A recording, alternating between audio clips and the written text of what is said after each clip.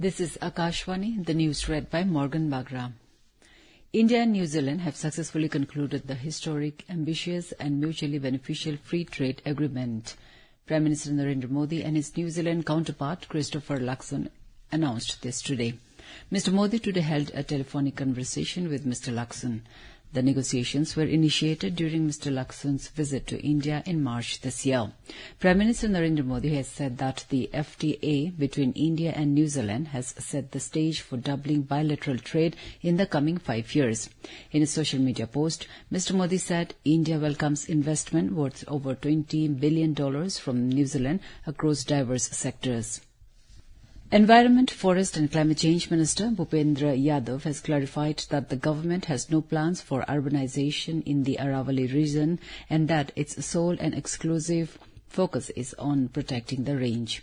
Speaking to a news agency in New Delhi, Mr. Yadav said that several cities, including Fulera, Ajmer, Udaipur and Bundi, are already located in the Aravallis, which have been inhabited by humans for centuries. He added that the Supreme Court has defined the protected areas of the Aravallis. The minister said mining activities are not possible in nearly 90% of the area. The National Commission for Women, NCW, has launched Shakti Scholars, NCW's Young Research Fellowship Program, inviting applications from young students and researchers to undertake policy-oriented research on issues affecting women in India. The fellowship aims to encourage multidisciplinary research on key areas such as women's safety and dignity, gender-based violence, legal rights and access to justice, cyber safety, health and nutrition, economic empowerment and labor participation. The fellowship is open to the citizens aged between 21 and 30 years with a minimum qualification of graduation from a recognized institution. The last submission date is 31st of this month.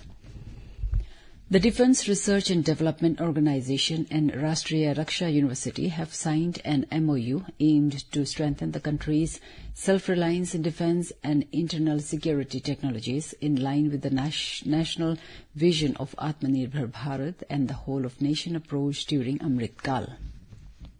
President Draupadi Murmu has granted assent to the Sustainable Harnessing and Advancement of Nuclear Energy for Transforming India Bill passed by Parliament during the winter session. The bill subsumes all laws dealing with the civil nuclear sector and also opens it up for participation by private players. The Shanti Bill repealed the Atomic Energy Act of 1962 and the Civil Liability for Nuclear Damage Act 2010.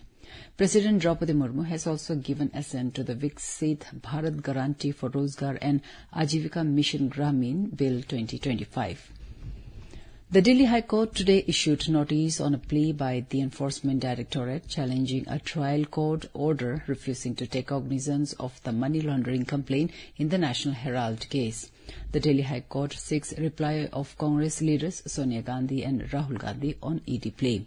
The court has listed the matter for March 12, 2026. Several flights and trains experienced disruptions due to dense fog conditions in the national capital and NCR region today. Talking to Akashvani News, an official from Delhi Airport said around 10 flights were cancelled due to low visibility at the Indira Gandhi International Airport. The Delhi Division of Indian Railways said the movement of several Delhi-bound trains was also affected today. It said that around 17 trains were delayed by more than 3 hours. A Mumbai-bound Air India flight AI-887 returned to the Delhi airport minutes after takeoff due to a technical issue. Meanwhile, the Ministry of Civil Aviation has sought a detailed report from Air India on the incident. Former Bangladesh Prime Minister Sheikh Hasina has criticized the Muhammad Yunus-led interim government, accusing it of empowering extremist elements, stoking anti-India sentiment and weakening democratic structures.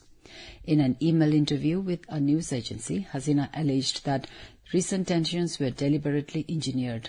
She claimed that Yunus has installed such elements in positions of power and released convicted terrorists from prison, adding that New Delhi's concerns about the security of its diplomatic staff were well-founded. That's all in this news bulletin. Namaskar.